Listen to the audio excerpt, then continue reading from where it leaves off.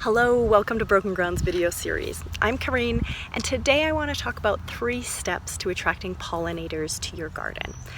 So I probably don't have to tell you how important pollinators are in our ecosystems. 75% of flowering plants on Earth rely on pollinators, and with the colony collapses that are happening with the bees, with a lot of concern with regards to honeybees and pollinators, attracting pollinators to your garden is a little step that you can take on your property to enhancing the ecology of your yard and just in general. It's a great step for overall ecosystem health. So I am going to go over my 3 steps to attracting pollinators, but I also have a pollinator guide that I made. So feel free to download that. It's below this video. It takes you to a small, short survey, and then after you do that survey, you can get the pollinator guide. So it goes into far more detail than I will in this video in terms of how to attract pollinators, and includes some species lists as well.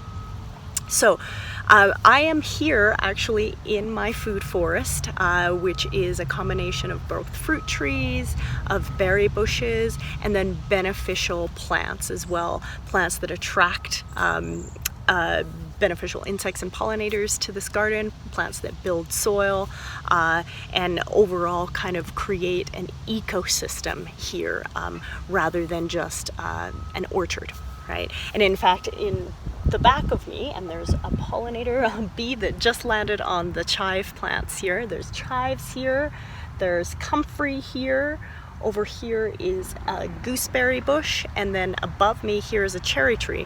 And all of those species, of course, attract pollinators to this area.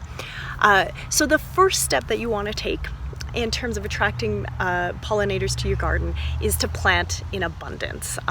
So I talk in permaculture all about using and valuing diversity. So you not only want a large quantity of species, but you want a diversity of species. And if you can go native, that's great. And definitely check with, if you have a native plant society where you live, that would be a great place to start in terms of what does well in your climate. But in the context of your garden space, one of the great ways to start is by planting herbs, actually. And so in that sense, you're providing multiple functions. So they're herbs that you can eat, they're culinary herbs perhaps that you can use in your cooking, but then also as they go to flower, the pollinators love them, and that attracts more life into your garden. So some examples are dill. Basil is a great late season forage, so I always end up planting too much basil in my garden, or too much in terms of being able to make, there's only so much pesto that I want, and so I purposefully let some of that basil go to flower because I know that's a great late season forage for pollinators. I see bees around it all of the time. So basil is great, thyme is great, oregano. So these are all things that do well in our climate, which is USDA hardiness zone 4, right? Fennel, mint when it goes to flower, sage as well, like meadow sage, and then things like chives. All of those are great.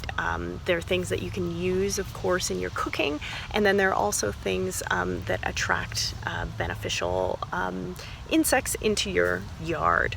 So that's a first step. You can also go with perennial or annual flowers. So things like borage and calendula, which are self-seeding annuals, those are in my yard. And again, they serve multiple functions. They're edible, but then they also attract pollinators. And there are a bunch of different perennial flowers, of course, that you can put in your system. And like I said, I have a list in that pollinator guide. So just think about planting in abundance, having a quantity of these flowering shrubs and herbs in your yard, and also think about diversity as well. So the second thing that you want to do, the second step that you want to take in terms of attracting pollinators to your garden is that you want to create nesting sites and shelter. And so the way to do that is illustrated right here, right? You want multi-story layers because pollinators use different layers at different times, and you want shelter, you want coverage for them, right? So you have kind of a canopy layer here of trees, and then we have a shrub layer, we have the herbaceous layer. So there are all sorts of multi-storied layers that these pollinators can use and can seek shelter, right? An open space that's just a grassy patch, not a lot of shelter there. They're not going to hang out in that area. So look for ways that you can create shelter. You can also, this is also one reason to keep your garden a little messy, which is good for me because my garden is typically a lot more wild. So letting things like when your lettuce bolts, for example, let it go to flower because pollinators will love that. Right?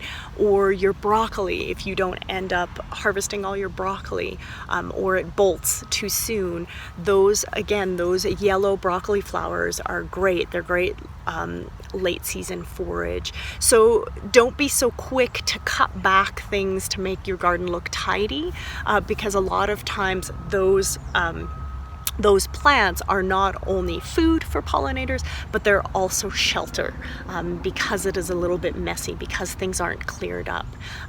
So even kind of sticks or perennials sticks that you might cut back in terms of prunings, you can put them in a pile in an area of your garden, and pollinators might nest and seek shelter there. In addition to that, I do not cut back my perennials at the end of the season in the fall, in terms of garden cleanup. I leave them in the fall and then I cut them back in the spring because those perennials, those dead stalks, right, act again as shelter for pollinators. So that's the second step. Keep it messy. Let things go to flower. Let things go to seed in your garden area. And of course, in a food forest context, that's maybe a little bit easier than in an annual garden space, but just something to keep in mind. Again, getting back to that idea of mimicking natural systems, right? Mimicking what happens in the natural world, and what happens in the natural world is not a lot of maintenance and cleanup, right? So that's the second step. And then the third step is to provide water. So to provide watering stations for the pollinators. And so for example, a bird bath would be a great option. Just make sure to have little landing pads in that bird bath. So it just can't be water. The pollinators need places to perch in order to kind of stop and take a drink. So you want to put rocks in there or marbles in there or something so that they can perch. We have a pond, for example, and we have lily pads in the pond as well as pond plants around the perimeter. So the pollinators are kind of landing on those plants and taking sips of water. So creating watering stations is really important.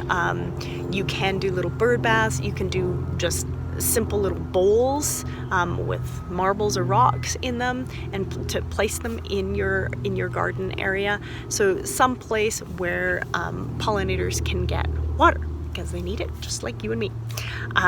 So again, those are the three steps. You want to plant in abundance with a variety and diversity of different plants. You want to create nesting and shelter sites. And something that I didn't mention is, of course, you can go down the YouTube or Google rabbit hole of bee hotels, right? You can also make nesting and shelter sites for native bees, and that's super fun as well. So you can do that. So plant in abundance, create nesting and shelter sites, and also provide water. Those are the three steps to attracting pollinators. So Let me know what you might do in your garden to attract pollinators. I'd love to hear about it in the comments below. And also let me know if you have any questions. And do be sure to download that pollinator guide. It goes into way more detail and gives you some species lists and more information. So thank you so much for watching. I hope you're having a great growing season, and I'll see you soon.